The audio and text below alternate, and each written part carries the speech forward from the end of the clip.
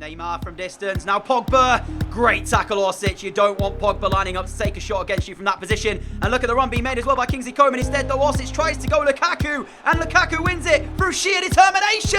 Romelu Lukaku shouldn't even really be here if we'd have gone through with that swap deal. But I am so glad he is. Everton 4, PSG 2. Trying to make it work now. Is there one last goal? Neymar's ball in. Tierney underneath it. Heads it away. Pogba shoots. And that's going to be it. Everton, Champions League winners. 4-2 on the night.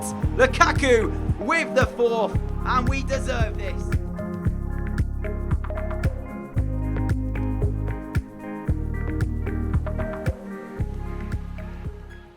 Hello everybody, what's going on? Welcome back to another episode of Career Mode. We're into Season 6 and of course the final season begins today where we're going to be making some very questionable signings in the episode, including a couple of outgoings as well. So as you can see by the budget, we've got a massive budget to work with and there's a couple of sales as well that go through to add even more to that. But I will say, before we jump into the episode, like I mentioned at the back end of last episode, with it being the final season, I'm going to go mental with all the money I've got and just splash the cash on like unrealistic signings, if you will, if you could call it that, because technically speaking, at this current time, we're one of the world's best teams. But one of those signings in particular will be more frustrating than the rest, but we'll talk about that when we get to it. So, first things to show you of this one as we jumped into the new season. Romelu Lukaku and Lucas Torreira will both be leaving the club. We managed to negotiate deals to take them away. Torreira back to Arsenal for 79 million. Lukaku over to Real Madrid for 105, which I think is brilliant business. And then I got to work with bringing in new players. So the first player, and this is the guy I was talking about, Trent Alexander-Arnold, of course, a Liverpool lad now playing for Barcelona in our save. I've brought him back to Merseyside, except now he's coming to play as a Blue. And this is what I was talking about the frustrations. But please do understand, of course, it is a game. It's just me having a bit of fun trying to build a super team. And at this current time, TAA is one of the best right backs in world football. So I completely understand. There's going to be those of you out there who are going to hate me for this, bringing him back to play for Everton and not the Red of Liverpool. But it is, like I mentioned, just a game. So I do appreciate those concerns. But at the same time, we're just having a bit of fun, you know. So I made sure to get the contract done with him. 24 years of age, 89 overall. Like I said, one of the best right backs in the world of football. At this time, I brought him in to play right back as a replacement to Aaron Wan-Bissaka, because very much that's what I was doing. Building a super team, trying to make sure we can win every single competition this year. It was a toss-up between him and who was the other one? João Cancelo, the Juventus right back. And actually, I ended up bringing in both of them. You'll see that in a little bit of time. The reason for that is because I plan on playing TAA in a midfield role rather than a defensive role. So, yeah, we'll see how that plays out. But my next signing was going to be huge, and it was obviously going to be the most highly rated player in football, Kylian Mbappe at this time. He is the highest rated player in my career mode, 95 overall. We featured against him in the Champions League last year. He had a poor game there, but I brought him over to Everton, and hopefully he can do well for us here. And also, following his signature, Giovanni Lo Celso, playing at Manchester United, £50 million. I believe his contract was up at the end of the season, which is why they were going to allow him to let him leave for such a low fee. But at this point in time, I brought in a new attacker in Mbappe. I brought in a new defender in Alexander-Arnold. And now I wanted to bring in a couple of midfielders. So Lo Celso was the first one I looked at. Made sure to get him done. Then this is the moment I decided to bring in Cancelo and push Alexander-Arnold up into that midfield role. Because I looked at Fabian, the 90 rated Napoli player. They wanted way too much money. I looked at Dybala, again, wanted way too much money. And so I thought to myself, why not? Let's just try TAA in that midfield role and put Cancelo at right back. But I had a few issues in trying to make sure I got this one done, because the fee they wanted, I couldn't actually match. I didn't have the money to do it. So I eventually managed to talk them down. We got to about 60 million, and I think that's where we agreed in the end. So went to do his contract, and he became what I thought was going to be my final signing of the entire window. So that was all I had planned. I had planned TAA, Mbappe, Lo Celso, and now Cancelo. They were the four that I wanted to bring in to effectively create our super team. But then Dortmund came in calling for Ademola Lookman, whose game time will be very limited this year. So I eventually sat down, had a conversation, and decided to let him go. £47 million, which now opens the door for one more incoming. Who that's going to be, you'll see in just a few moments. But we had our first game of the new season. It was the Community Shield, arguably a pre-season friendly. But you have to kind of see how your new signings are going to play. Of course, with the new signings as well as the pre-contracts, Leon Bailey joined the club, and so did Matthijs de Ligt. They were the two players we signed on those pre-contract deals. So they're both here as well, and they both featured in this opening game. But Brighton, they've had a good year last year. I didn't expect them to cause us too many issues here, though, in the game.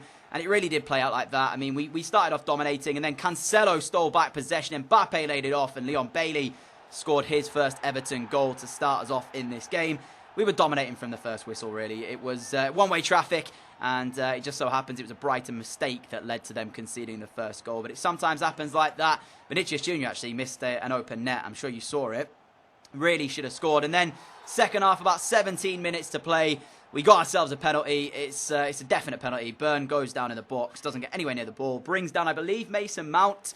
And the referee pointed to the spot, of which Orsic would step up to take it. Surprisingly, our highest rated penalty kick taker, which I can't quite understand, but yep, he is. So he stepped up and took it, and he scored it as well. So fantastic stuff from Orsic, who's probably going to play quite the role this year, even with these new signings coming in.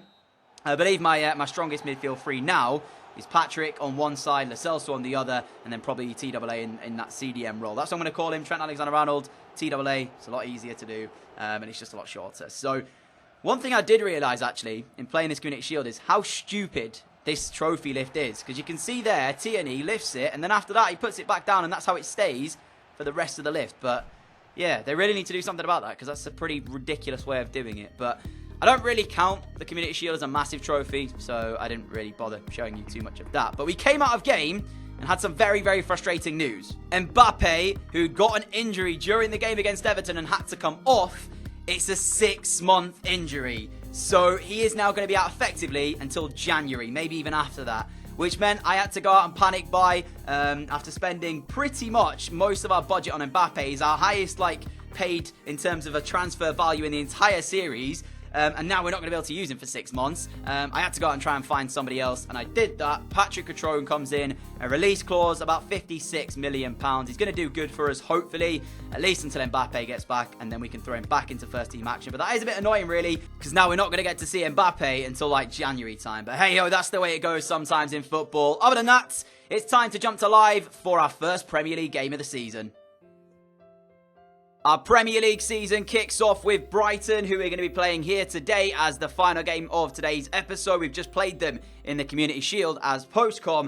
We're going to do this as live, and then after that, to begin next episode, we've got the UEFA Super Cup final, which of course is the winner of the Champions League against the winner of the Europa League, and it couldn't be bigger. It's a Merseyside derby in the UEFA Super Cup, which is just insane. So that will kickstart off next episode, but for the final game of today then, and I'm sure I showed you it, but injury, unfortunately, to Kylian Mbappe means we're without him for the next 6 months. But that is why we purchased Patrick Catrone. And so, for Brighton here, with the game against Liverpool in 3 days' time in the UEFA Super Cup, I'm actually playing my second team, if you will. So there it is on the screen. As you can see, quite a lot of the new signings that we have made not featuring purely because of the fact that we've got Liverpool to come in the next episode, so that's the thought process behind it. But let's jump into this anyway and hope for the best start possible to our new and final Premier League campaign. A new Premier League season off and running, and of course this year we try and go for it all, every single trophy on offer, and I would love a good start to the season here if we can get it. Kingsley Coman looking for an early cross, going to get into the box. Brighton clear their lines. I'm imagining this is going to be one-way traffic like it was in the Community Shield, but of course, not the same level of quality out there, but still some very good players on show. Can we get off to a good start? Patrick looking to turn away, hit the shots. And there we go. 17 minutes into our new season. And it's one of the players of the series who starts us off well in this new season.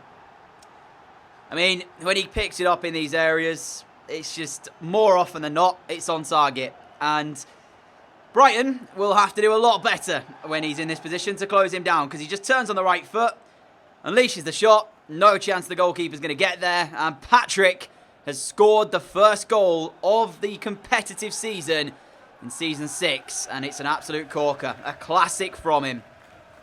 That's, of course, if you don't count the Community Shield as competitive, which I guess it is, but at the same time, It's more like a bit of a pre-season friendly in essence, but still, there's something on offer to win. So, yeah, I guess it is competitive. But first Premier League goal of Season 6 then. How about that? Herrera finds Koeman here, and it might be 2 immediately after we got the first. Kingsley Coman in behind. What a save by Sanchez. The rebound's there, though. Richarlison hits the woodwork. Orsic now with another one. He hits the post. I mean, how has that not gone in? Do you know what I mean? Great save from Sanchez initially from Koeman's shot. Then it's hit the bar by Richarlison. Orsic follows up and hits the woodwork by hitting the post. Ridiculous. Just past the half-hour stage. It really should have been 2-0 Everton. But here's Patrick then looking for that number 2. And Sanchez will make the save this time.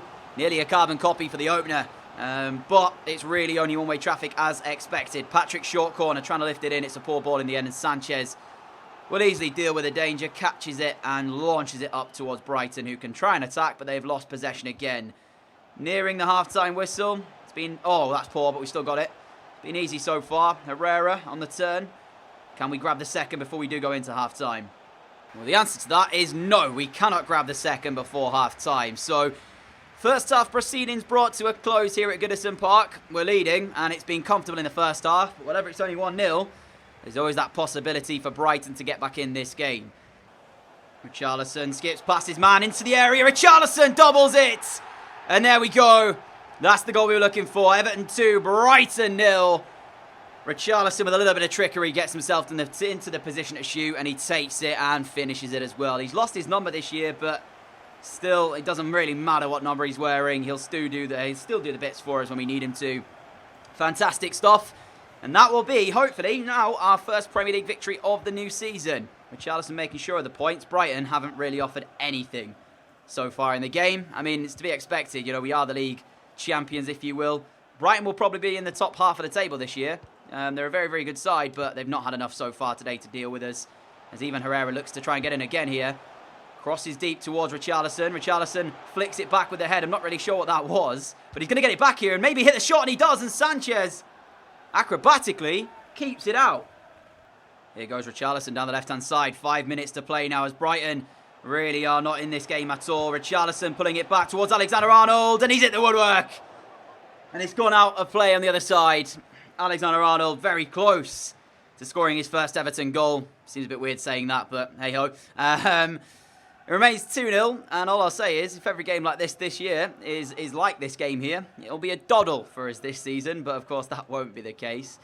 No disrespect to Brighton, but they're not being at the races here. I fully expect them to be up there come the end of the season in the top half of the table, maybe even challenge for the Cup again this season, but we want to win it, so they're going to have to try and beat us in that regard. As even Herrera's putting pressure on their number 5 here, and I will say he's just running himself into more problems. He finally will play it back to Sanchez, who clears the lines. And that is going to be that then. From Goodison Park, it's a winning start to our new Premier League season.